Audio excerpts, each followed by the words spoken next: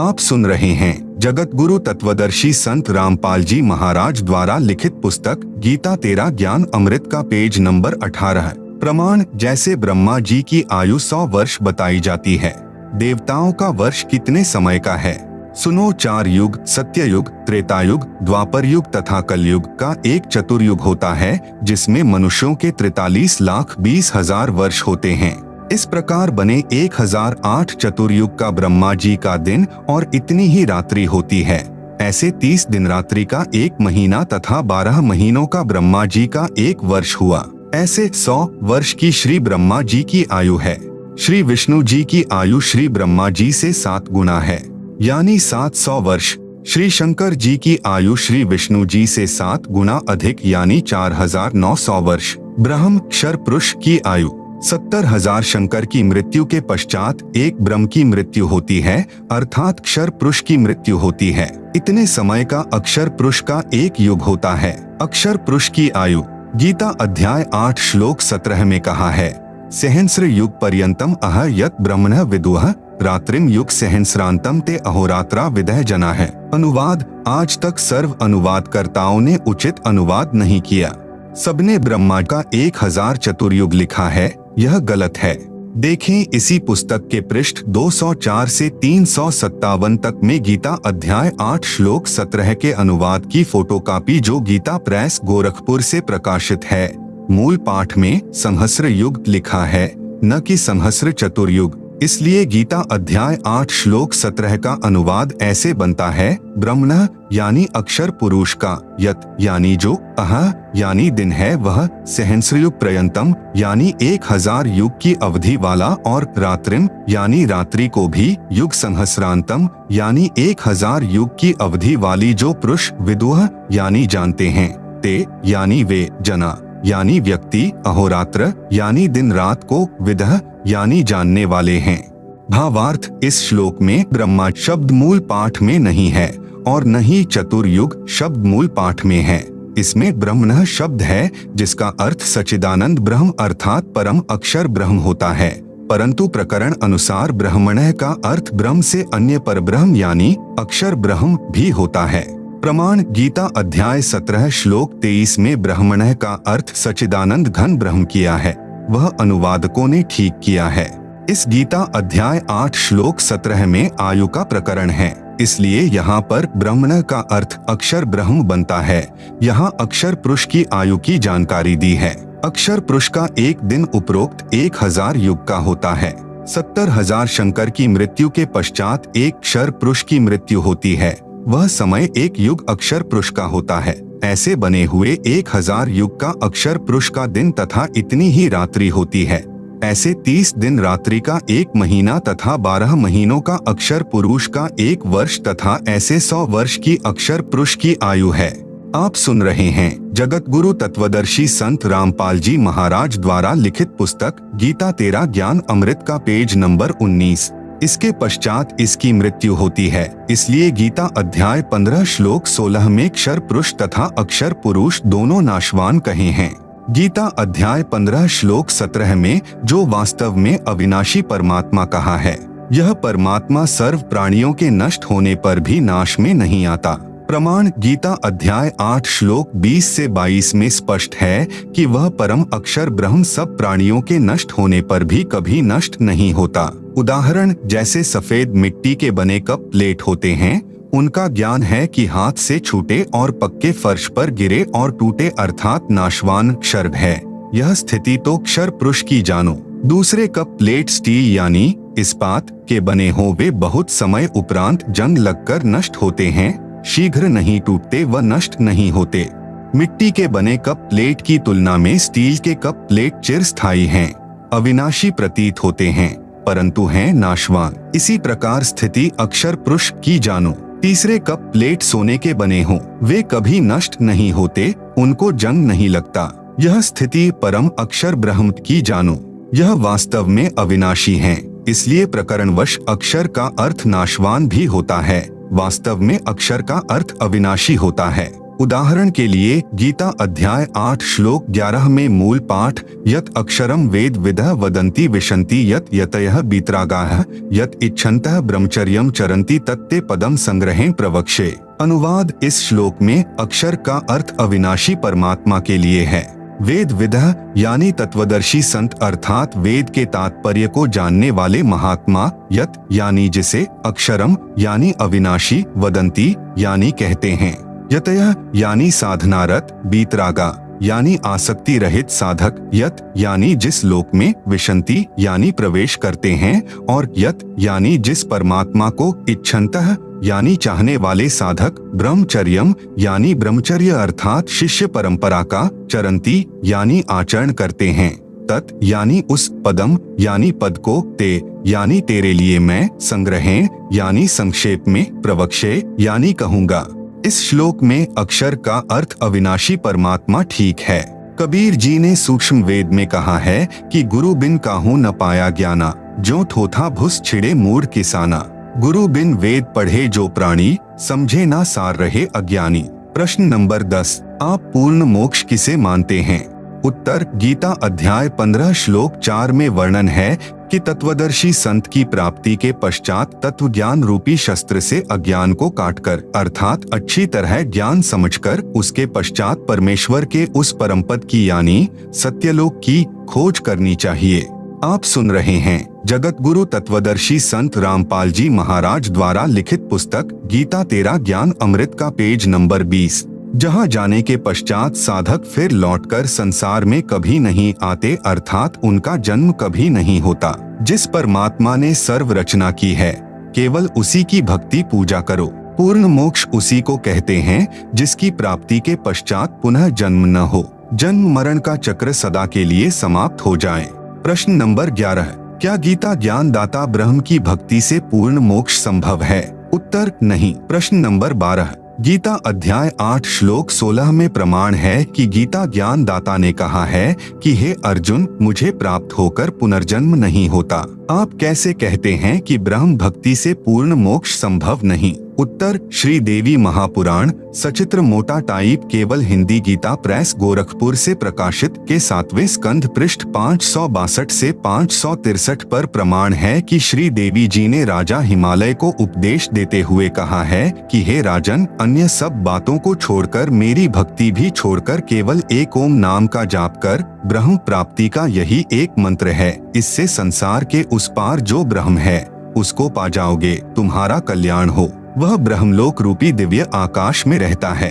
भावार्थ है कि ब्रह्म साधना का केवल एक ओम नाम का जाप है। इससे ब्रह्म की प्राप्ति होती है और वह साधक ब्रह्मलोक में चला जाता है। इसी गीता अध्याय 8 श्लोक 16 में कहा है कि ब्रह्मलोक सहित सर्वलोक पुनरावर्ती में है, अर्थात ब्रह्मलोक में गए साधक का भी पुनर्जन्म होता है। ब्रह्म की भक्ति से पूर्ण मोक्ष नहीं होता। इस गीता अध्याय 8 श्लोक 16 का अनुवाद गीता प्रेस गोरखपुर से प्रकाशित गीता में तथा अन्य प्रकाशन की गीता में गलत किया है। गीता अध्याय 8 श्लोक 16, आ ब्रह्म भुवनात् लोकाः पुनरावर्तिनः अर्जुन माम उपेत्य तु कौन्ते पुनर्जन्म न विद्यते।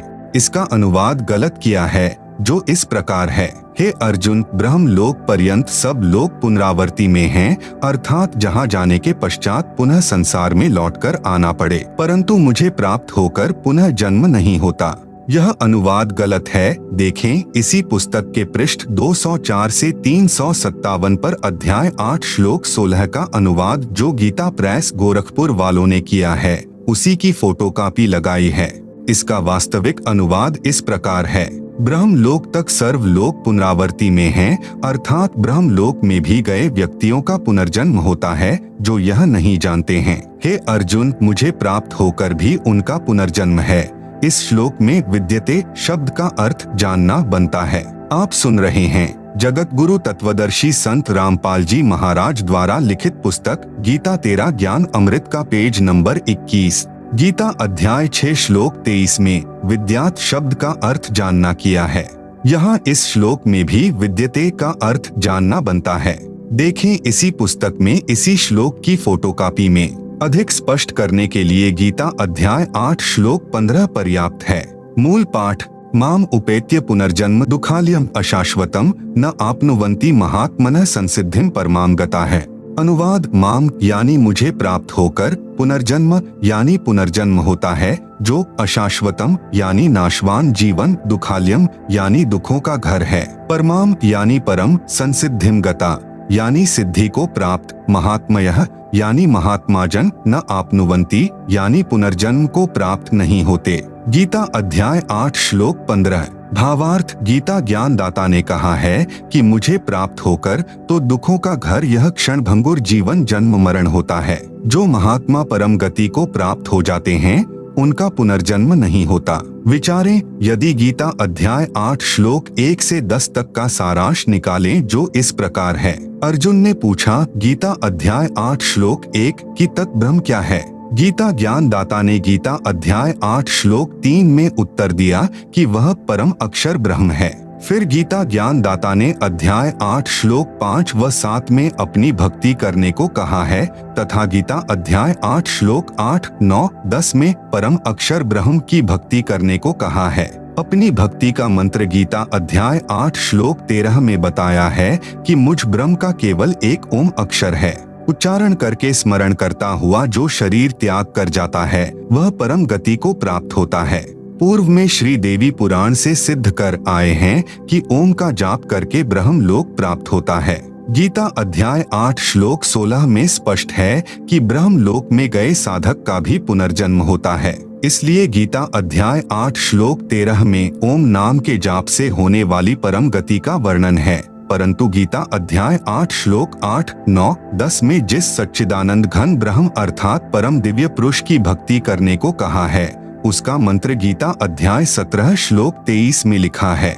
ओम तत् सत् इति निर्देशः ब्रह्मणः त्रिविधः स्मृतः ब्राह्मणाः तेन वेदाः च यज्ञाः च विहिताः पुरा। अनुवाद, सच्चिदानंद घन ब्रह्म की भक्ति का मंत्र ओम तत्सत है। ओम मंत्र ब्रह्म यानी अक्षर पुरुष का है। तत् यह सांकेतिक है जो अक्षर पुरुष का है। सत मंत्र भी सांकेतिक मंत्र है जो परम अक्षर ब्रह्म का है। इन तीनों मंत्रों के जाप से वह परम गति प्राप्त होगी जो गीता अध्याय 15 श्लोक 4 में कही है कि जहाँ जाने के पश्चात साधक फिर लौटकर संसार में कभी नहीं आते। आप सुन रहे हैं जगत गुरु तत्वदर्शी संत रामपाल जी महाराज द्वारा लिखित पुस्तक गीता तेरा ज्ञान अमृत का पेज नंबर 22। यदि गीता अध्याय 8 श्लोक 16 का यह अर्थ सही माने कि मुझे प्राप्त होने वाले का पुनर्जन्म नहीं होता तो गीता अध्याय 2 श्लोक 12, गीता अध्याय 4 श्लोक 5, गीता अध्याय 10 श्लोक 2 गलत सिद्ध हो जाते हैं, जिनमें गीता ज्ञान दाता ने कहा है कि अर्जुन तेरे और मेरे बहुत जन्म हो चुके हैं, तू नहीं जानता, मैं जानता हूँ। मेरी उत्पत्ति को न देवता जानते, न महर्षिगण तथा न सिद्ध जानते। विचारणीय विषय यह है कि जब साध्य इष्ट का ही जन्म मृत्यु होता है तो साधक को वह मोक्ष कैसे प्राप्त हो सकता है जिससे पुनर्जन्म नहीं होता है। इसलिए गीता अध्याय 8 श्लोक 16 का अनुवाद जो मैंने ऊपर किया है वही सही है कि गीता ज्ञानदाता ने कहा है कि ब्रह्मलोक तक सब लोग पुनरावृत्ति में हैं, अर्थात ब्रह्मलोक में गए प्राणी भी लौटकर संसार में जन्म को प्राप्त होते हैं। जो यह नहीं जानते वे मेरी भक्ति करके भी पुनर्जन्म को प्राप्त होते हैं। इसीलिए तो गीता ज्ञान दाता ने अध्याय 18 श्लोक 62 में कहा है कि हे अर्जुन, तू सर्वभाव से उस परमेश्वर की शरण में जा, उस परमेश्वर की कृपा से ही तू परम शांति को तथा सनातन परम धाम अर्थात सत्यलोक को प्राप्त होगा। यही प्रमाण गीता अध्याय 15 श्लोक 4 में है कि तत्वदर्शी संत से तत्व ज्ञान प्राप्त करके उस तत्व ज्ञान रूपी शस्त्र से अज्ञान को काटकर उसके पश्चात परमेश्वर के उस परम पद की खोज करनी चाहिए जहां जाने के पश्चात साधक फिर लौटकर संसार में कभी नहीं आते। जिस परमेश्वर से संसार रूपी वृक्ष की प्रवृत्ति विस्तार को प्राप्त हुई है, अर्थात जिस परमेश्वर ने संसार की रचना की है। गीता ज्ञान दाता ने कहा है कि केवल उसी की भक्ति कर, सर्व का उसी से कल्याण संभव है। प्रमाणित हुआ कि ब्रह्म की भक्ति से पूर्ण मोक्ष संभव नहीं है। केवल पूर्ण परमात्मा परम अक्षर ब्रह्म की भक्ति से ही पूर्ण मोक्ष संभव है। प्रश्न नंबर 13। ओम यह मंत्र तो ब्रह्म का जाप हुआ, फिर यह क्यों कह रहे हो कि ब्रह्म की भक्ति से पूर्ण मोक्ष नहीं होता? आपने बताया कि गीता अध्याय 17 श्लोक 23 में ओम तत्सत इस मंत्र के जाप से पूर्ण मोक्ष होता है। इस मंत्र में भी तो ओम मंत्र है। उत्तर, जैसे इंजीनियर या डॉक्टर बनने के लिए शिक्षा की आवश्यकता होती है। पहले प्रथम कक्षा पढ़नी पड़ती है, फिर धीरे धीरे 5वीं 8वीं इस प्रकार 10वीं कक्षा पास करनी पड़ती है। उसके पश्चात आगे पढ़ाई करनी होती है, फिर ट्रेनिंग करके इंजीनियर या डॉक्टर बना जाता है। ठीक इसी प्रकार श्री ब्रह्मा, विष्णु, शिव, गणेश तथा देवी की साधना करनी पड़ती है। मैं स्वयं करता हूँ तथा अपने अनुयायियों से कराता हूँ। आप सुन रहे हैं जगत गुरु तत्वदर्शी संत रामपाल जी महाराज द्वारा लिखित पुस्तक गीता तेरा ज्ञान अमृत का पेज नंबर 23। यह तो 5वीं कक्षा तक की पढ़ाई अर्थात साधना जाने, दूसरे शब्दों में 5 कमलों को खोलने की साधना है, और ब्रह्म की साधना 10वीं कक्षा तक की पढ़ाई जाने अर्थात ब्रह्मलोक तक की साधना है, जो ओम का जाप करना है, और अक्षर पुरुष की साधना को 14वीं कक्षा की पढ़ाई अर्थात साधना जानो, जो तत् मंत्र का जाप है। तत् मंत्र तो सांकेतिक है, वास्तविक मंत्र तो इससे भिन्न है, जो उपदेशी को ही बताया जाता है। परम अक्षर पुरुष की साधना इंजीनियर या डॉक्टर की पढ़ाई अर्थात साधना जानो, जो सत शब्द से करनी होती है। यह सत मंत्र भी सांकेतिक है, वास्तविक मंत्र भिन्न है, जो उपदेशी को बताया जाता है। इसको सार नाम भी कहते हैं। इसलिए अकेले ब्रह्म के नाम ओम से पूर्ण मोक्ष प्राप्त नहीं हो सकता। ओम नाम का जाप ब्रह्म का है। इसकी साधना से ब्रह्म लोक प्राप्त होता है, जिसके विषय में गीता अध्याय 8 श्लोक 16 में कहा है कि ब्रह्म लोक में गए साधक भी पुनर्जन्म को प्राप्त होते हैं। पुनर्जन्म है तो पूर्ण मोक्ष नहीं हुआ, जो गीता अध्याय 15 श्लोक 4 में कहा है कि परमात्मा के उस परम पद की खोज करनी चाहिए, जहां जाने के पश्चात साधक कभी लौटकर पुनर्जन्म में नहीं आता। वह पूर्ण मोक्ष पूर्ण गुरु से शास्त्रानुकूल भक्ति प्राप्त करके ही संभव है। विश्व में वर्तमान में मेरे यानी संत रामपाल दास के अतिरिक्त किसी के पास नहीं है। प्रश्न नंबर 14, परमात्मा एक है या अनेक हैं? उत्तर, कुल का मालिक एक है।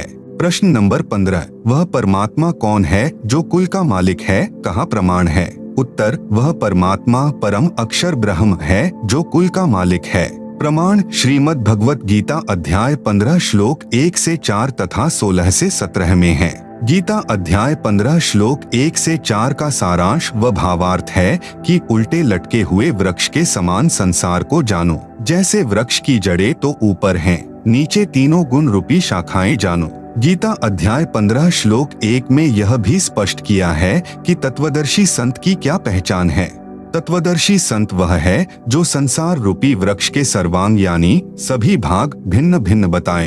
विशेष वेद मंत्रों की जो आगे फोटोकॉपियां लगाई हैं, ये आर्य समाज के आचार्यों तथा महर्षि दयानंद द्वारा अनुवादित हैं और सार्वदेशिक आर्य प्रतिनिधि सभा दिल्ली द्वारा प्रकाशित हैं, जिनमें वर्णन है कि परमेश्वर स्वयं पृथ्वी पर सशरीर प्रकट होकर कवियों की तरह आचरण करता हुआ सत्य आध्यात्मिक ज्ञान सुनाता है। प्रमाण ऋग्वेद मंडल नंबर 9 सूक्त 86 मंत्र 26 से 27, ऋग्वेद मंडल 9 सूक्त 82 मंत्र 1 से 2, सूक्त 96 मंत्र 16 से 20, ऋग्वेद मंडल 9 सूक्त 94 मंत्र 1, ऋग्वेद मंडल 9 सूक्त 95 मंत्र 2, ऋग्वेद मंडल 9 सूक्त 20 मंत्र 1, ऋग्वेद मंडल 9 सूक्त 54 मंत्र 3 में इन मंत्रों में कहा है कि परमात्मा सर्व भवनों अर्थात लोकों के ऊपर के लोक में विराजमान है। आप सुन रहे हैं जगत गुरु तत्वदर्शी संत रामपाल जी महाराज द्वारा लिखित पुस्तक गीता तेरा ज्ञान अमृत का पेज नंबर 24। जब जब पृथ्वी पर अज्ञान की वृद्धि होने से अधर्म बढ़ जाता है, तो परमात्मा स्वयं सशरीर चलकर पृथ्वी पर प्रकट होकर यथार्थ अध्यात्म ज्ञान का प्रचार लोकोक्तियों, शब्दों, चौपाइयों, साखियों, कविताओं के माध्यम से कवियों जैसा आचरण करके घूम फिरकर करता है, जिस कारण से एक प्रसिद्ध कवि की उपाधि भी प्राप्त करता है। कृपया देखें उपरोक्त मंत्रों की फोटोकॉपी इसी पुस्तक के पृष्ठ 104 से 119 पर। परमात्मा ने अपने मुख कमल से ज्ञान बोलकर सुनाया था। उसे सूक्ष्म वेद कहते हैं, उसी को तत्व ज्ञान भी कहते हैं। तत्व ज्ञान का प्रचार करने के कारण परमात्मा तत्वदर्शी संत भी कहलाने लगता है। उस तत्वदर्शी संत रूप में प्रकट परमात्मा ने संसार रूपी वृक्ष के सर्वांग इस प्रकार बताए। कबीर, अक्षर पुरुष एक वृक्ष है, क्षर पुरुष वाकी डार, तीनों देवा शाखा हैं, पात रूप संसार। भावार्थ, वृक्ष का जो हिस्सा पृथ्वी से बाहर दिखाई देता है उसको तना कहते हैं। जैसे संसार रूपी वृक्ष का तना तो अक्षर पुरुष है, तने से मोटी डार निकलती है, वह अक्षर पुरुष जानो। डार के मानो 3 शाखाएं निकलती हों, उनको तीनों देवता रजगुण ब्रह्मा जी, सतगुण विष्णु जी तथा तमगुण शिव हैं, तथा इन शाखाओं पर टहनियों व पत्तों को संसार जानो। इस संसार रूपी वृक्ष के उपरोक्त भाग जो पृथ्वी से बाहर दिखाई देते हैं, मूल यानी जड़े जमीन के अंदर हैं, जिनसे वृक्ष के सर्वांगों का पोषण होता है। गीता अध्याय 15 श्लोक 16 से 17 में 3 पुरुष कहे हैं। श्लोक 16 में 2 पुरुष कहे हैं, क्षर पुरुष तथा अक्षर पुरुष, दोनों की स्थिति ऊपर बता दी है।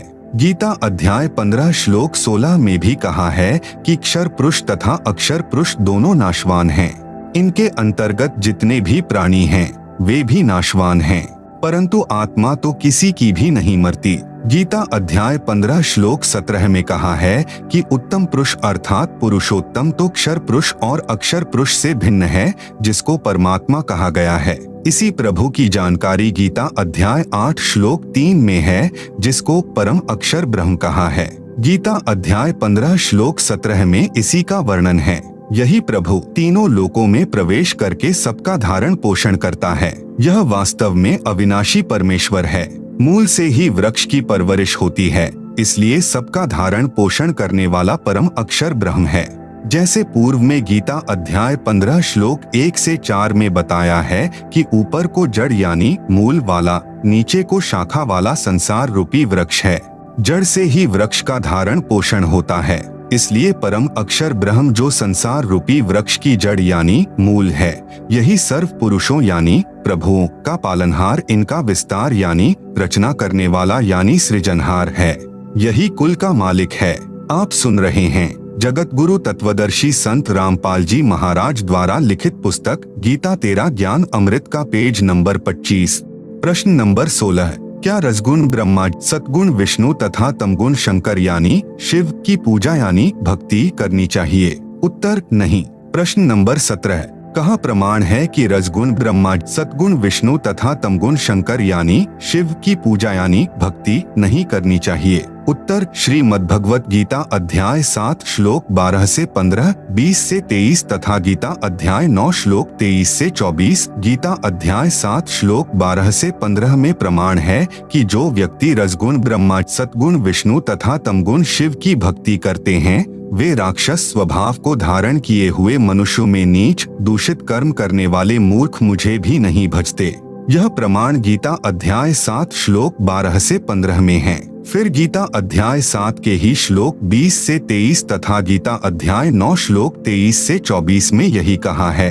और क्षर पुरुष, अक्षर पुरुष तथा परम अक्षर पुरुष गीता अध्याय 15 श्लोक 16 से 17 में जिनका वर्णन है को छोड़कर श्री ब्रह्मा, श्री विष्णु तथा श्री शिव जी अन्य देवताओं में गिने जाते हैं। इन दोनों अध्यायों यानी गीता अध्याय 7 तथा अध्याय 9 में ऊपर लिखे श्लोकों में गीता ज्ञान दाता ने कहा है कि जो साधक जिस भी उद्देश्य को लेकर अन्य देवताओं को भजते हैं, वे भगवान समझकर भजते हैं।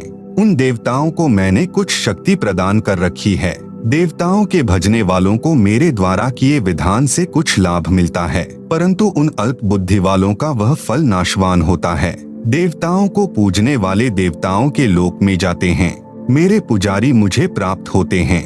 गीता अध्याय 16 श्लोक 23 से 24 में कहा है कि शास्त्र विधि को त्याग कर जो साधक मनमाना आचरण करते हैं, अर्थात जिन देवताओं, पितरों, यक्षों, भैरों, भूतों की भक्ति करते हैं और मनकल्पित मंत्रों का जाप करते हैं, उनको न तो कोई सुख होता है, न कोई सिद्धि प्राप्त होती है तथा न उनकी गति अर्थात मोक्ष होता है। इससे तेरे लिए है अर्जुन, कर्तव्य यानी जो भक्ति करनी चाहिए और अकर्तव्य यानी जो भक्ति न करनी चाहिए की व्यवस्था में शास्त्र ही प्रमाण है। गीता अध्याय 17 श्लोक 1 में अर्जुन ने पूछा कि हे कृष्ण, क्योंकि अर्जुन मान रहा था कि श्री कृष्ण ही ज्ञान सुना रहा है, परंतु श्री कृष्ण के शरीर में प्रेत की तरह प्रवेश करके काल यानी ब्रह्म ज्ञान बोल रहा था, जो पहले प्रमाणित किया जा चुका है। जो व्यक्ति शास्त्र विधि को त्याग कर अन्य देवताओं आदि की पूजा करते हैं, वे स्वभाव में कैसे होते हैं? गीता ज्ञान दाता ने उत्तर दिया कि सात्विक व्यक्ति देवताओं का पूजन करते हैं, राजसी व्यक्ति यक्षों व राक्षसों की पूजा तथा तामसी व्यक्ति प्रेत आदि की पूजा करते हैं। ये सब शास्त्र विधि रहित कर्म हैं। फिर गीता अध्याय 17 श्लोक 5 से 6 में कहा है कि जो मनुष्य शास्त्र विधि से रहित केवल मनकल्पित घोर तप को तपते हैं, वे दंभी यानी ढोंगी हैं और शरीर के कमलों में विराजमान शक्तियों को तथा मुझे भी क्रश करने वाले राक्षस स्वभाव के अज्ञानी जान। आप सुन रहे हैं जगत गुरु तत्वदर्शी संत रामपाल जी महाराज द्वारा लिखित पुस्तक गीता तेरा ज्ञान अमृत का पेज नंबर 26। सूक्ष्म वेद में भी परमेश्वर जी ने कहा है कि कबीर माई मसानी सेठ शीतला भैरव भूत हनुमंत परमात्मा से न्यारा रहे, जो इनको पूजंत। राम भजय तो राम मिले, देव भजय सो देव, भूत भजय सो भूत भवै, सुनो सकल सुरभे। स्पष्ट हुआ कि श्री ब्रह्मा जी रजगुण, श्री विष्णु जी सतगुण तथा श्री शिव जी तमगुण की पूजा यानी भक्ति नहीं करनी चाहिए तथा इसके साथ साथ भूतों पितरों की पूजा, श्राद्ध कर्म, 13वीं पिंडोदक क्रिया, सब प्रेत पूजा होती है। भैरव तथा हनुमान जी की पूजा भी नहीं करनी चाहिए। प्रश्न नंबर 18, क्या अक्षर पुरुष यानी ब्रह्म की पूजा यानी भक्ति करनी चाहिए या नहीं? उत्तर, यदि पूर्ण मोक्ष चाहते हो, जो गीता अध्याय 15 श्लोक 4 में बताया है कि तत्व ज्ञान प्राप्ति के पश्चात परमेश्वर के उस परम पद की खोज करनी चाहिए, जहां जाने के पश्चात साधक लौटकर फिर कभी संसार में जन्म नहीं लेता, तो अक्षर पुरुष यानी ब्रह्म जो संसार रूपी वृक्ष की डार है की पूजा भक्ति नहीं करनी चाहिए। प्रश्न नंबर 19, पूर्व में जितने ऋषि महर्षि हुए हैं, वे सब ब्रह्म की पूजा करते और कराते थे। ओम नाम को सबसे बड़ा तथा उत्तम मंत्र जाप करने का बताते थे। क्या वे अज्ञानी थे? यदि ब्रह्म की भक्ति उत्तम नहीं है तो गीता में कोई प्रमाण बताएं। उत्तर, पूर्व में बताया गया है कि यथार्थ अध्यात्म ज्ञान स्वयं परमेश्वर यानी परम अक्षर ब्रह्म धरती पर सशरीर प्रकट होकर ठीक ठीक बताता है। देखें प्रमाण वेद मंत्रों में इसी पुस्तक के पृष्ठ 104 पर परमेश्वर द्वारा बताए ज्ञान को सूक्ष्म वेद यानी तत्व ज्ञान कहा गया है। तत्व ज्ञान में परमात्मा ने बताया है कि गुरु बिन काहू न पाया ज्ञाना, जो थोथा भुस छड़े मूढ़ किसाना। गुरु बिन वेद पढ़े जो प्राणी, समझे ना सार रहे अज्ञानी। जिन ऋषियों व महर्षियों को सतगुरु नहीं मिला, उनकी यह दशा थी कि वेद पढ़ते थे परंतु वेदों का सार नहीं समझ सके। उदाहरण के लिए श्री देवी पुराण सचित्र मोटा टाइप गीता प्रेस गोरखपुर से प्रकाशित के पृष्ठ 414 पर चौथे स्कंद में लिखा है कि सत्ययुग के ब्राह्मण यानी महर्षि वेद के पूर्ण विद्वान होते थे और श्री देवी यानी दुर्गा की पूजा करते थे। विचार करें, श्रीमद् भगवत गीता चारों वेदों का सारांश है। आप जी गीता जी को तो जानते ही हो, पढ़ते भी होंगे। क्या गीता में कहीं लिखा है कि श्री देवी की पूजा करो? आप सुन रहे हैं जगत गुरु तत्वदर्शी संत रामपाल जी महाराज द्वारा लिखित पुस्तक गीता तेरा ज्ञान अमृत का पेज नंबर 27। इसी प्रकार चारों वेदों में कहीं नहीं लिखा है कि दुर्गा यानी श्री देवी की पूजा करो। तो क्या समझा वेदों को उन महर्षियों ने? क्या खाक विद्वान थे सत्ययुग के महर्षि? उन्हीं महर्षियों का मनमाना विधान है कि ओम नाम सबसे बड़ा अर्थात उत्तम है, जो कहते थे कि ब्रह्म पूजा यानी भक्ति सर्वश्रेष्ठ है। प्रिय पाठ को जो ब्रह्म की पूजा इष्ट देव मानकर करते थे, वे अज्ञानी थे। उनकी ब्रह्म साधना अनुत्तम गति देने वाली है। गीता में प्रमाण श्रीमद् भगवत गीता अध्याय 7 श्लोक 12 से 15 में तो बताया है कि जो तीनों गुणों रजगुण ब्रह्मा, सतगुण विष्णु तथा तमगुण शंकर की पूजा करने वाले राक्षस स्वभाव को धारण किए हुए मनुष्यों में नीच दूषित कर्म करने वाले मूर्ख मुझे भी नहीं भजते। यह गीता ज्ञान दाता ने कहा है। फिर गीता अध्याय 7 के ही श्लोक 16 से 18 तक में गीता ज्ञान दाता यानी ब्रह्म ने कहा है कि मेरी भक्ति 4 प्रकार से करते हैं, अर्थार्थी, आर्त, जिज्ञासु तथा ज्ञानी। फिर कहा कि ज्ञानी मुझे अच्छा लगता है, ज्ञानी को मैं अच्छा लगता हूँ। गीता अध्याय 7 श्लोक 18। इस श्लोक में गीता ज्ञान दाता ने कहा है कि ये ज्ञानी आत्मा हैं तो उदार यानी अच्छी, परंतु ये सब मेरी अनुत्तम गति अर्थात घटिया गति में आश्रित हैं। इस श्लोक गीता अध्याय 7 श्लोक 18 में गीता ज्ञान दाता ब्रह्म स्वयं स्वीकार कर रहा है कि मेरी भक्ति से होने वाली गति अनुत्तम यानी अश्रेष्ठ यानी घटिया है। गीता अध्याय 7 श्लोक 19 में कहा है कि बहुनाम जन्मानाम अन्ते ज्ञानवान माम प्रपद्यते वासुदेवः सर्वम इति सह महात्मा सुदुर्लभः। अनुवाद। गीता ज्ञान दाता ब्रह्म ने कहा है कि मेरी भक्ति बहुत बहुत जन्मों के अंत में कोई ज्ञानी आत्मा करता है, अन्यथा अन्य देवी देवताओं व भूत पितरों की भक्ति में जीवन नाश करते रहते हैं। गीता ज्ञान दाता ने अपनी भक्ति से होने वाले लाभ अर्थात गति को भी गीता अध्याय 7 श्लोक 18 में अनुत्तम यानी घटिया बता दिया है। इसलिए गीता अध्याय 7 श्लोक 19 में कह रहा है कि यह बताने वाला महात्मा मुश्किल से मिलता है कि वासुदेव ही सब कुछ है, यही सबका सृजनहार है, यही पापनाशक पूर्ण मोक्षदायक, यही पूजा के योग्य है, यही यानी वासुदेव ही कुल का मालिक परम अक्षर ब्रह्म है। केवल इसी की भक्ति करो, अन्य की नहीं। गीता ज्ञान दाता ने भी स्वयं कहा है कि हे अर्जुन, तू सर्वभाव से उस परमेश्वर की शरण में जा। उस परमेश्वर की कृपा से ही तू परम शांति को तथा सनातन परम धाम यानी सत्यलोक को प्राप्त होगा। यह गीता अध्याय 18 श्लोक 62 में प्रमाण है।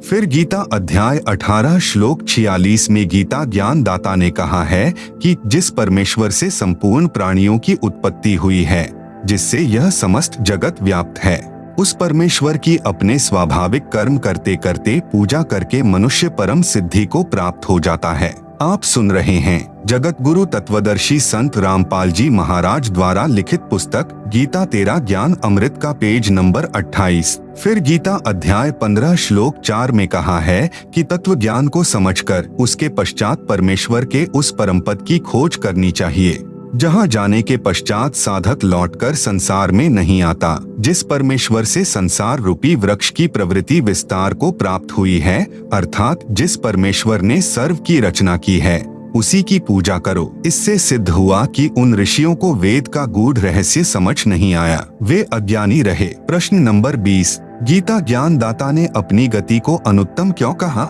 उत्तर, गीता ज्ञान दाता ने अध्याय 2 श्लोक 12, गीता अध्याय 4 श्लोक 5, गीता अध्याय 10 श्लोक 2 में कहा है कि अर्जुन, तेरे और मेरे बहुत जन्म हो चुके हैं, तू नहीं जानता, मैं जानता हूँ। मेरी उत्पत्ति को ऋषि महर्षि तथा देवता नहीं जानते। तू और मैं तथा ये राजा व सैनिक बहुत बार पहले भी जन्मे हैं, आगे भी जन्मेंगे। पाठक जन विचार करें, जब ब्रह्म कह रहा है कि मेरा भी जन्म मरण होता है, तो ब्रह्म के पुजारी को गीता अध्याय 15 श्लोक 4 वाली गति यानी मोक्ष प्राप्त नहीं हो सकती, जिसमें जन्म मरण सदा के लिए समाप्त हो जाता है। जब तक जन्म मरण है तब तक परम शांति नहीं हो सकती। उसके लिए गीता ज्ञानदाता ने असमर्थता व्यक्त की है। गीता अध्याय 18 श्लोक 62 में कहा है कि परम शांति के लिए उस परमेश्वर यानी परम अक्षर ब्रह्म की शरण में जा, उसी की कृपा से ही तू परम शांति को तथा सनातन परम धाम को प्राप्त होगा। गीता अध्याय 8 श्लोक 5 व 7 में गीता ज्ञान दाता ने कहा है कि मेरी भक्ति करेगा तो युद्ध भी करना पड़ेगा। जहाँ युद्ध है वहाँ शांति नहीं होती, परम शांति का घर दूर है। इसलिए गीता ज्ञान दाता ने अपनी गति को यानी ओम नाम के जाप से होने वाला लाभ अनुत्तम यानी घटिया बताया है। प्रश्न नंबर 21, आपने प्रश्न नंबर 13 के उत्तर में कहा है कि पूर्ण मोक्ष की प्राप्ति के लिए ब्रह्मा विष्णु शिव गणेश तथा देवी और क्षर ब्रह्म व अक्षर ब्रह्म की साधना करनी पड़ती है। दूसरी ओर कह रहे हो कि ब्रह्मा विष्णु शिव अन्य देवता हैं, अक्षर ब्रह्म भी पूजा यानी भक्ति योग्य नहीं है, केवल परम अक्षर ब्रह्म की ही पूजा यानी भक्ति करनी चाहिए। उत्तर, मैं नहीं कह रहा, आपके सद्ग्रंथ कह रहे हैं। पहले तो यह स्पष्ट करते हैं कि पूजा तथा साधना में क्या अंतर है। प्राप्य वस्तु की चाह पूजा कही जाती है तथा उसको प्राप्त करने के प्रयत्न को साधना कहते हैं। उदाहरण, जैसे हमें जल प्राप्त करना है, यह हमारा प्राप्य है। हमें जल की चाह है, जल की प्राप्ति के लिए हैंडपंप लगाना पड़ेगा। हैंडपंप लगाने के लिए जो जो उपकरण प्रयोग किए जाएंगे, बोकी लगाई जाएगी, यह प्रयत्न है। आप सुन रहे हैं जगत गुरु तत्वदर्शी संत रामपाल जी महाराज द्वारा लिखित पुस्तक गीता तेरा ज्ञान अमृत का पेज नंबर 29। इसी प्रकार परमेश्वर का वह परम पद प्राप्त करना हमारी चाह है, जहाँ जाने के पश्चात साधक लौटकर संसार में नहीं आता। हमारा प्राप्य परमेश्वर तथा उनका सनातन परम धाम है। उसको प्राप्त करने के लिए किया गया नाम जाप हवन यज्ञ आदि आदि साधना है। उस साधना से पूज्य वस्तु परमात्मा प्राप्त होगा। जैसे प्रश्न 13 के उत्तर में स्पष्ट किया है, वही सटीक उदाहरण है। उस पूर्ण मोक्ष के लिए 3 बार में दीक्षा क्रम पूरा करना होता है। नंबर 1, प्रथम नाम दीक्षा में ब्रह्मा विष्णु शिव गणेश देवी के मंत्रों की साधना दी जाती है। नंबर 2, दूसरी बार में अक्षर ब्रह्म तथा अक्षर ब्रह्म के 2 अक्षर मंत्र जाप दिए जाते हैं, जिसको संतों ने सत नाम कहा है। गीता अध्याय 17 श्लोक 23 में 3 नाम हैं, ओम तत् सत। इस सतनाम में 2 अक्षर होते हैं, एक ओम दूसरा तत् है। यह सांकेतिक अर्थात गुप्त नाम है, जो उपदेश के समय उपदेशी को ही बताया जाता है। नंबर 3, तीसरी बार में सार नाम की दीक्षा दी जाती है, जिस मंत्र को गीता अध्याय 17 श्लोक 23 में सत कहा है। यह भी सांकेतिक है, उपदेश लेने वाले को दीक्षा के समय बताया जाता है। इस प्रकार पूर्ण मोक्ष प्राप्त होता है। प्रश्न नंबर 22, जो साधना हम पहले कर रहे हैं, क्या वह त्यागनी पड़ेगी? उत्तर, यदि शास्त्र विधि रहित है तो त्यागनी पड़ेगी। यदि अनाधिकारी से दीक्षा ले रखी है, उसका कोई लाभ नहीं होना। पूर्ण गुरु से साधना की दीक्षा लेनी पड़ेगी। प्रश्न नंबर 23, गीता अध्याय 18 श्लोक 47 में तथा गीता अध्याय 3 श्लोक 35 में कहा है, श्रेयान् स्वधर्मः विगुणः परधर्मात् स्वनुष्ठितात् स्वधर्मे निधनं श्रेयः परधर्मः भयावहः। गीता अध्याय 3 श्लोक 35। अच्छी प्रकार आचरण में लाए हुए दूसरे के धर्म से गुणरहित भी अपना धर्म अति उत्तम है। अपने धर्म में तो मरना भी कल्याणकारक है और दूसरे का धर्म भय को देने वाला है। उत्तर, यह अनुवाद गलत है। यदि यह बात सही है कि अपना धर्म चाहे गुणरहित हो तो भी उसे नहीं त्यागना चाहिए, तो फिर श्रीमद् भगवत गीता का ज्ञान 18 अध्यायों के साथ 100 श्लोकों में लिखने की क्या आवश्यकता थी? एक यह श्लोक पर्याप्त था कि अपनी साधना जैसी भी हो उसे करते रहो, चाहे वह गुणरहित यानी लाभ रहित भी क्यों न हो। फिर गीता अध्याय 7 श्लोक 12 से 15 में यह क्यों कहा कि रजगुण ब्रह्मा, सतगुण विष्णु तथा तमगुण शिव की पूजा राक्षस स्वभाव को धारण किए हुए मनुष्यों में नीच दूषित कर्म करने वाले मूर्ख लोग मुझे नहीं भजते। आप सुन रहे हैं जगत गुरु तत्वदर्शी संत रामपाल जी महाराज द्वारा लिखित पुस्तक गीता तेरा ज्ञान अमृत का पेज नंबर 30। गीता ज्ञान दाता ने उन साधकों से उनका धर्म अर्थात धार्मिक साधना त्यागने को कहा है तथा गीता अध्याय 7 के ही श्लोक 20 से 23 में कहा है कि जो मेरी पूजा न करके अन्य देवताओं की पूजा करते हैं, वे अज्ञानी हैं। उनकी साधना से शीघ्र समाप्त होने वाला सुख यानी स्वर्ग समय प्राप्त होता है। फिर अपनी धार्मिक पूजा अर्थात धर्म भी त्यागने को कहा है। पूर्ण लाभ के लिए परम अक्षर ब्रह्म का धर्म अर्थात धार्मिक साधना ग्रहण करने के लिए कहा है। गीता अध्याय 3 श्लोक 35 का यथार्थ अनुवाद इस प्रकार है। अनुवाद, विगुणः परधर्मात् स्वनुष्ठितात्, यानी दूसरों के गुण रहित अर्थात लाभ रहित अच्छी प्रकार चमक धमक वाले धर्म अर्थात धार्मिक कर्म से, स्वधर्मः यानी अपना शास्त्र विधि अनुसार धार्मिक कर्म, श्रेयान यानी अति उत्तम है, स्वधर्मे यानी अपने शास्त्र विधि अनुसार धर्म कर्म के संघर्ष में, निधनम यानी मरना भी, श्रेयः यानी कल्याणकारक है, परधर्म यानी दूसरों का धार्मिक कर्म, भयावह यानी भय को देने वाला है। भावार्थ है कि जैसे जागरण वगैरह होता है तो उसमें बड़ी सुरीली तान में सुरीले गीत गाए जाते हैं, तड़क भड़क भी होती है। अपने शास्त्र विधि अनुसार धर्म कर्म में केवल नाम जाप या सामान्य तरीके से आरती की जाती है। किसी भी वेद या गीता में श्री देवी जी की पूजा तथा जागरण करने की आज्ञा नहीं है, जिस कारण शास्त्र विधि त्याग कर मनमाना आचरण हुआ, इसलिए व्यर्थ है। दूसरों का शास्त्र विधि रहित धार्मिक कर्म देखने में अच्छा लगता है, उसमें लोग दिखावा अधिक होता है, तो सत्य साधना करने वाले को दूसरों के धार्मिक कर्म को देखकर डर बन जाता है कि कहीं हमारी भक्ति ठीक न हो, परंतु तत्व ज्ञान को समझने के पश्चात यह भय समाप्त हो जाता है। तत्व ज्ञान में बताया है कि दुर्गा ध्यान पड़े जिस बगड़म ता संगति डूबे सब नगरम, दंभ करे डूंगर चढ़े अंतर झीनी झूल, जग जाने बंदगी करें बोवे सूल बबूल। इसलिए विगुण अर्थात लाभ रहित धार्मिक साधना को त्याग कर सत्य साधना शास्त्र विधि अनुसार करने से ही कल्याण होगा। प्रश्न नंबर 24, मैंने पारखी संत श्री अभिलाष दास के विचार सुने थे। वे कह रहे थे कि संसार का कोई रचने वाला भगवान वगैरह नहीं है, यह नर मादा के संयोग से बनता है फिर समाप्त हो जाता है, कोई भगवान नहीं है, जीव ही ब्रह्म है, जीव ही करता है।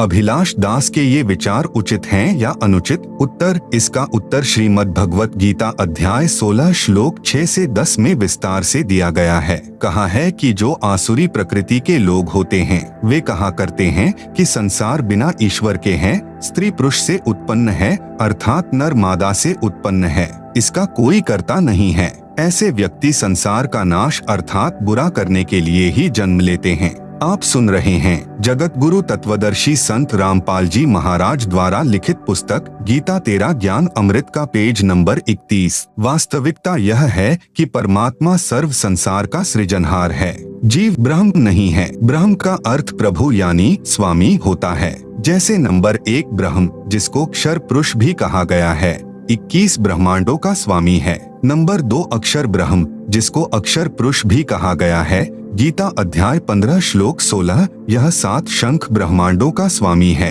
नंबर 3 पूर्ण ब्रह्म जिसको गीता अध्याय 8 श्लोक 3 में परम अक्षर ब्रह्म कहा है, असंख्य ब्रह्मांडों का स्वामी है, यह कुल का मालिक है। यह कहना कि कोई भगवान नहीं है, संसार केवल स्त्री पुरुष या नर मादा से उत्पन्न होता है, समाप्त हो जाता है, जीव ही करता है अर्थात जीव ही ब्रह्म है, यह पूर्णतया अनुचित है। प्रश्न नंबर 25, श्रीमद् भगवत गीता में ज्ञान दाता ने अध्याय 8 श्लोक 5 तथा 7 में कहा है कि जो पुरुष अंत काल में भी मेरा स्मरण करता हुआ शरीर त्याग कर जाता है वह मुझे प्राप्त होता है। इसलिए अर्जुन सब समय में मेरा स्मरण कर, युद्ध भी कर, मुझे ही प्राप्त होगा। इसलिए गीता अध्याय 18 श्लोक 62 में कहा है कि उस परमात्मा की शरण में जा। गीता ज्ञान दाता ने घुमा फिरा कर कहा है कि मेरी ही साधना स्मरण कर आप अन्य परमात्मा बता रहे हो, वह विश्वसनीय नहीं है। क्या गीता में कहीं और भी लिखा है गीता ज्ञान दाता से अन्य परमात्मा की भक्ति साधना करने के लिए? उत्तर, गीता अध्याय 7 श्लोक 29 में गीता ज्ञान दाता ने बताया है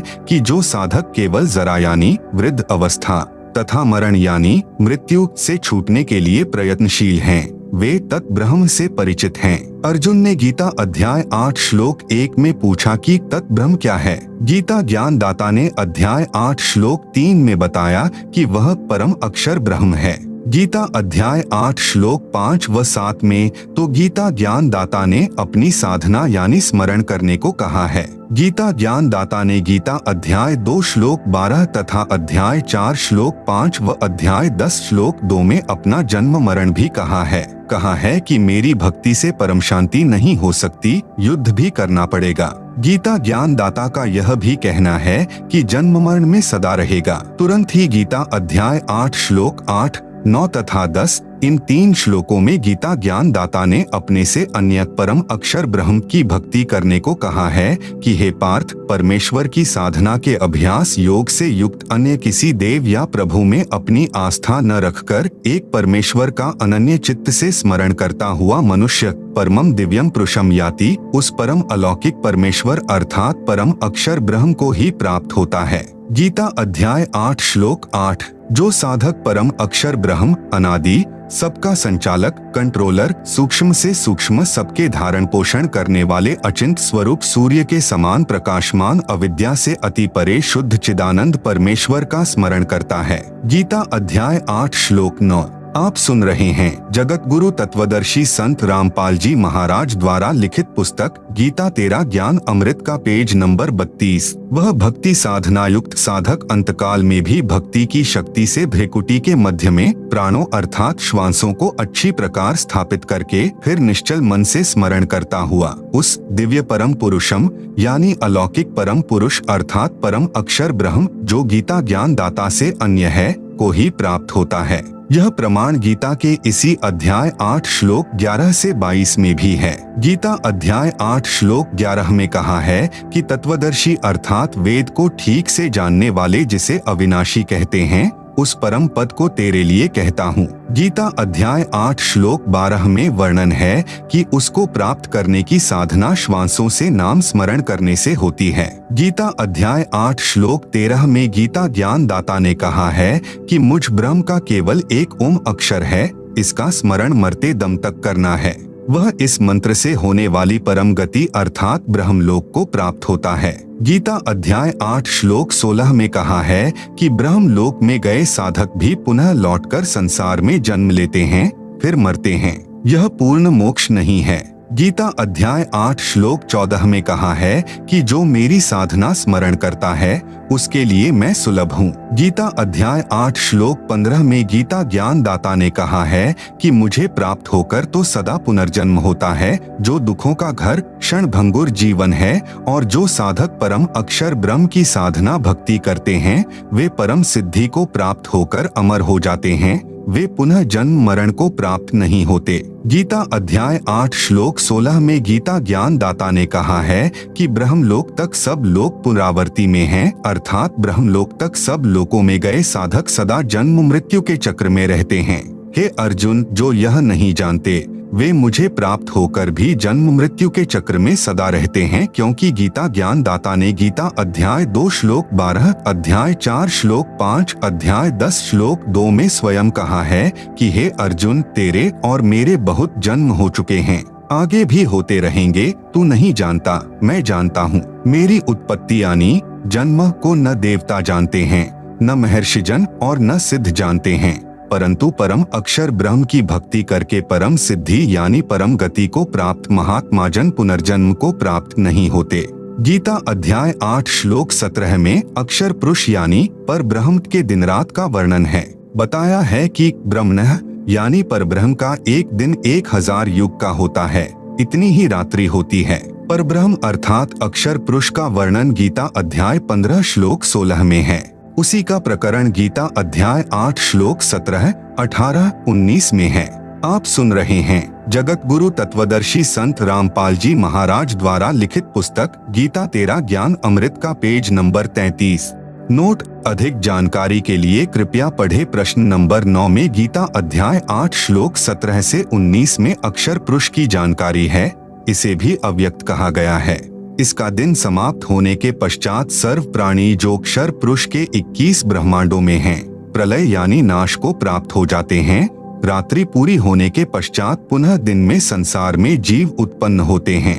गीता अध्याय 8 श्लोक 20 में कहा है कि यह अक्षर पुरुष भी अव्यक्त कहा जाता है, परंतु इस अव्यक्त से दूसरा जो विलक्षण सनातन अव्यक्त भाव है वह परम दिव्य पुरुष अर्थात परम अक्षर ब्रह्म तो सब प्राणियों के क्षर पुरुष, अक्षर पुरुष तथा इनके अंतर्गत जितने भी जीव हैं, इन सब के नष्ट होने पर भी नष्ट नहीं होता, अर्थात वास्तव में अविनाशी है। गीता अध्याय 8 श्लोक 21 में कहा है कि जो अव्यक्त अक्षर यानी अविनाशी इस नाम से कहा गया है, उस परम पुरुष की प्राप्ति को परम गति कहते हैं। जिस सनातन अव्यक्त परम पुरुष को प्राप्त होकर वापस जन्म मरण में नहीं आते, वह मेरे धाम से श्रेष्ठ धाम है। पहले मैं भी उसी में रहता था, इसलिए कहा है कि वह मेरा भी परम धाम है, क्योंकि गीता ज्ञान दाता भी उस परम सनातन धाम अर्थात सत्यलोक से निष्कासित है। इसकी पूर्ण जानकारी के लिए कृपया पढ़े सृष्टि रचना इसी पुस्तक के पृष्ठ 120 से 187 तक। गीता अध्याय 8 श्लोक 22 में स्पष्ट है। गीता ज्ञान दाता ने कहा है कि हे अर्जुन, जिस परमात्मा के अंतर्गत सर्वभूत अर्थात प्राणी हैं, क्षर पुरुष तथा इसके 21 ब्रह्मांडों के प्राणी तथा अक्षर पुरुष तथा 7 संख ब्रह्मांडों में इसके अंतर्गत जितने प्राणी आते हैं वे तथा परम अक्षर पुरुष के असंख्य ब्रह्मांडों में जितने प्राणी हैं वे परम अक्षर ब्रह्म के अंतर्गत हैं। और जिस परम अक्षर पुरुष से यह सर्व जगत परिपूर्ण अर्थात जिसने सर्व को उत्पन्न किया है, जिसकी सत्ता सर्व के ऊपर है, वह सनातन अव्यक्त परम पुरुष तो अनन्य भक्ति से प्राप्त करने योग्य है। भावार्थ है कि परम अक्षर ब्रह्म को प्राप्त करने के लिए केवल इसी की भक्ति यानी पूजा करनी चाहिए। अन्य किसी प्रभु में आस्था नहीं रखनी चाहिए। इसी को अनन्य भक्ति अर्थात पूजा कहते हैं। केवल परम अक्षर ब्रह्म की पूजा करना अनन्य भक्ति कहलाती है। यदि गीता अध्याय 8 श्लोक 22 का सही अनुवाद करें तो स्पष्ट है कि पुरुषः सः परः पार्थ भक्त्या लभ्यः तु अनन्या यस्य अंतःस्थानि भूतानि येन सर्वम इदम ततम। अनुवाद: सः यानी वह, परः यानी दूसरा, पुरुषः यानी परमात्मा तो अनन्य भक्ति से प्राप्त होने योग्य है, जिसके अंतर्गत सर्व प्राणी हैं और जिसने सर्व जगत की उत्पत्ति की है, जो सर्व का पालन करता है। आप सुन रहे हैं जगत गुरु तत्वदर्शी संत रामपाल जी महाराज द्वारा लिखित पुस्तक गीता तेरा ज्ञान अमृत का पेज नंबर 34। सरलार्थ समाप्त। गीता अध्याय 8 श्लोक 22। इसके मूल पाठ में यानी संस्कृत में लिखा है सह परः पुरुषः। पर का अर्थ गीता अध्याय 8 श्लोक 20 में परे किया है, यानी अन्य। यहाँ गीता अध्याय 8 श्लोक 22 में भी अन्य लिया जाता तो स्पष्ट हो जाता है कि गीता ज्ञान दाता से अन्य कोई समर्थ प्रभु है, जिसकी शरण में जाने के लिए गीता अध्याय 18 श्लोक 62 में गीता ज्ञान दाता ने कहा है। उपरोक्त विवरण से सिद्ध हुआ कि गीता ज्ञान दाता ने श्रीमद् भगवत गीता में अनेकों स्थानों पर अपने से अन्य परमेश्वर परम अक्षर ब्रह्म की भक्ति करने को कहा है। उसी से पूर्ण मोक्ष संभव है। जन्म मरण का चक्र सदा के लिए समाप्त हो जाता है। प्रमाण: गीता अध्याय 7 श्लोक 19-29, गीता अध्याय 18 श्लोक 46, 61, 62, 66, गीता अध्याय 3 श्लोक 9, गीता अध्याय 8 श्लोक 3, 8, 9, 10, 20 से 22, गीता अध्याय 4 श्लोक 31 से 32, गीता अध्याय 15 श्लोक 1, 4, 17, गीता अध्याय 2 श्लोक 17, 59, गीता अध्याय 3 श्लोक 14, 15, 19 और गीता अध्याय 5 श्लोक 14, 15, 16, 19, 20, 24, 25, 26 में भी यह प्रमाण है। प्रश्न नंबर 26। हमने सर्व संतों तथा हमारे हिंदू धर्म के धर्म गुरुओं से तो यही सुना है कि गीता का ज्ञान श्री कृष्ण जी ने अर्जुन को सुनाया। हमें तो यही बताया गया है कि श्री कृष्ण जी पूर्ण परमात्मा हैं। श्री विष्णु जी ही स्वयं अवतार धारण करके देवकी जी के गर्भ से जन्मे थे। इनके अतिरिक्त कोई परमात्मा नहीं है। आप जी के सत्संग सुने हैं, उनमें आपने बहुत अटपटी सी बात कही है कि गीता ज्ञान दाता से अन्य है पूर्ण परमात्मा। उसका प्रमाण शास्त्र में दिखाओ, बताओ तो विश्वास हो सकता है। उत्तर: आप जी को उपरोक्त प्रश्नों के उत्तर में यही प्रमाण दिखाए हैं। आपको अभी भी शंका है, उसका कारण है कि पहली बात तो यह कि हिंदू धर्म गुरुओं को अपने ही शास्त्रों का ज्ञान नहीं। यदि ज्ञान होता तो उपरोक्त शास्त्र विरुद्ध व्याख्या आप जी को नहीं सुनाते। दूसरी बात यह है कि धार्मिक गुरु एक अध्यापक के समान होता है। जिस अध्यापक को अपने पाठ्यक्रम यानी सिलेबस का ही ज्ञान नहीं है तो वह शिक्षक अज्ञानी माना जाता है तथा विद्यार्थियों के जीवन के साथ खिलवाड़ कर रहा है, क्योंकि सिलेबस के विपरीत ज्ञान विद्यार्थियों को रटा रहा है। ऐसे शिक्षक से बचना चाहिए। उसको त्याग देने में ही विद्यार्थियों का हित है। आपको श्रीमद् भगवत गीता में से ढेर सारे प्रमाण बताते हैं कि पूर्ण परमात्मा गीता ज्ञान दाता से अन्य है, वही उपासना योग्य है। उसी की भक्ति से पूर्ण मोक्ष प्राप्त होता है। यहाँ गीता के कुछ श्लोक लिखता हूँ, आप इनको गीता शास्त्र में स्वयं देख सकते हैं, जो इस पुस्तक में पृष्ठ 204 से 357 तक श्लोकों की फोटोकॉपी लगाई है। यथार्थ रूप में गीता के अनुवाद को जानने के लिए मेरे द्वारा किया गया श्रीमद् भगवत गीता का संपूर्ण श्लोकों का अनुवाद प्राप्त करें।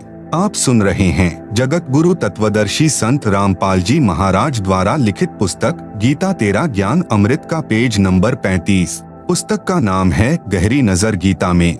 इसको हमारी वेबसाइट से डाउनलोड कर सकते हैं। वेबसाइट का नाम है www.jagatgururampalji.org। गीता अध्याय 18 श्लोक 46, 61, 62, 66, अध्याय 7 श्लोक 19, 29, अध्याय 8 श्लोक 3, 8, 9, 10, 20, 21, 22, अध्याय 4 श्लोक 31 से 32, अध्याय 15 श्लोक 1, 4, 16, 17, अध्याय 2 श्लोक 17, 59, अध्याय 3 श्लोक 14, 15, 19, अध्याय 5 श्लोक 14, 15, 16, 19, 20, 24, 25, 26, अध्याय 6 श्लोक 7, अध्याय 11 श्लोक 55, अध्याय 12 श्लोक 1 से 5 उपरोक्त गीता श्लोकों में प्रमाण है कि गीता ज्ञान दाता से अन्य कोई पूर्ण परमात्मा है, उसके विषय में तथा उसकी प्राप्ति के लिए भक्ति की साधना से गीता ज्ञान दाता भी अनभिज्ञ यानी अपरिचित है। प्रमाण गीता अध्याय 4 श्लोक 32 तथा 34 में है।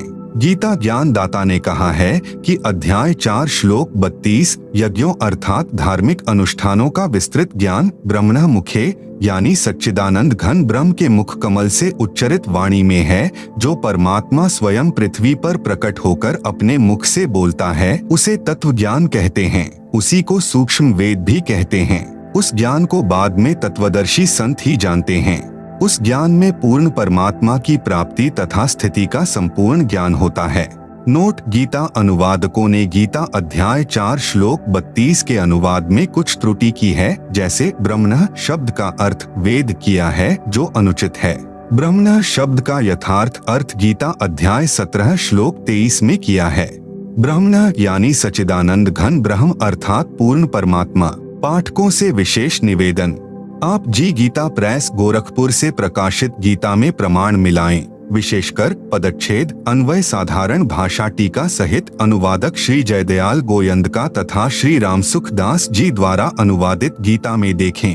पुस्तक गीता तेरा ज्ञान अमृत में जितने श्लोक प्रमाण में लिए हैं, उन सब की फोटोकॉपी इसी पुस्तक के पृष्ठ 204 से 357 तक लगाई हैं, जो हिंदू संत विद्वान श्री जयदयाल गोयंदका द्वारा अनुवादित हैं तथा गीता प्रेस गोरखपुर से प्रकाशित हैं। गीता अध्याय 4 श्लोक 34 में गीता ज्ञान दाता ने कहा है कि जिस ज्ञान को परमात्मा स्वयं अपने मुख कमल से बोलता है, वह तत्व ज्ञान है। उसमें विस्तृत जानकारी यज्ञों अर्थात धार्मिक अनुष्ठानों की कही है। उस ज्ञान को तू तत्वदर्शी संतों के पास जाकर समझ। उनको दंडवत प्रणाम करने से तथा विनम्रता पूर्वक प्रश्न करने से वे तत्व ज्ञान को जानने वाले महात्मा आपको तत्व ज्ञान बताएंगे। इससे सिद्ध हुआ कि गीता ज्ञान दाता को तत्व ज्ञान की जानकारी नहीं है। तत्व ज्ञान श्रीमद्भगवत गीता में नहीं है। यदि तत्व ज्ञान गीता ज्ञान दाता को होता तो एक अध्याय और बोल देते। आप सुन रहे हैं जगत गुरु तत्वदर्शी संत रामपाल जी महाराज द्वारा लिखित पुस्तक गीता तेरा ज्ञान अमृत का पेज नंबर 36। ऊपर लिखे श्रीमद्भगवत गीता जी के श्लोकों में स्पष्ट है कि गीता ज्ञान दाता से अन्य कोई समर्थ अविनाशी पूर्ण मोक्षदाता वास्तव में परमात्मा सबका धारण पोषण करने वाला है, जिसकी शरण में जाने से सनातन परमधाम यानी शाश्वतम स्थानम प्राप्त होता है तथा परम शांति प्राप्त होती है।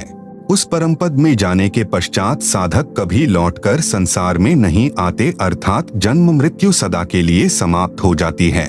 अब उपरोक्त गीता के श्लोकों में से कुछ एक का अनुवाद करके स्पष्ट करता हूँ। गीता अध्याय 18 श्लोक 62 में कहा है कि हे भारत, तू सर्वभाव से उस परमेश्वर की शरण में जा, उसकी कृपा से ही तू परम शांति को तथा सनातन परम धाम को प्राप्त हो जाएगा।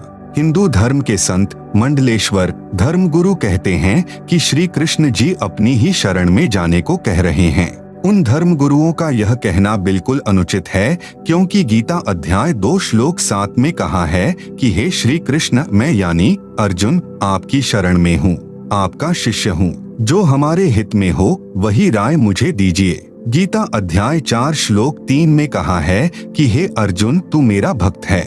इस गीता के उल्लेख से स्पष्ट हुआ कि अर्जुन तो पहले से ही श्री कृष्ण जी की शरण में था। इसलिए गीता अध्याय 18 श्लोक 62 का भावार्थ है कि गीता ज्ञान देने वाला अपने से अन्य परमेश्वर की शरण में जाने को कह रहा है।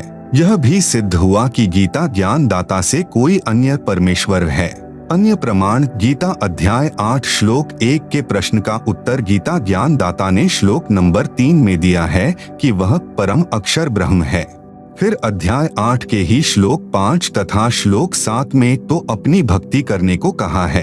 फिर श्लोक 8, 9, 10 में परम अक्षर ब्रह्म की भक्ति करने की राय दी है।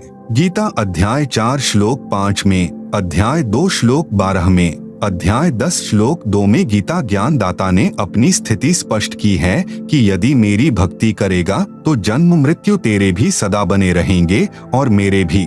गीता अध्याय 15 श्लोक 1 में तत्वदर्शी संत की पहचान बताई है कि जो व्यक्ति संसार रूपी वृक्ष के सर्वभाग मूल सहित तत्व से जानता है, स वेदवित, यानी वह वेद के तात्पर्य को जानने वाला है, अर्थात वह तत्वदर्शी संत है।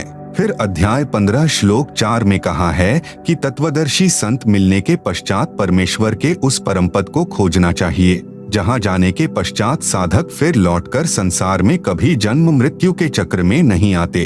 गीता अध्याय 18 श्लोक 62 में उसका वर्णन किया है कि अर्जुन तू सर्वभाव से उस परमेश्वर की शरण में जा। उस परमेश्वर की कृपा से ही तू परम शांति तथा सनातन परम धाम को प्राप्त हो जाएगा। यह परम शांति है क्योंकि साधक को पुनः जन्म नहीं लेना पड़ता, सदा के लिए अमर लोक यानी सनातन परम धाम में निवास करेंगे।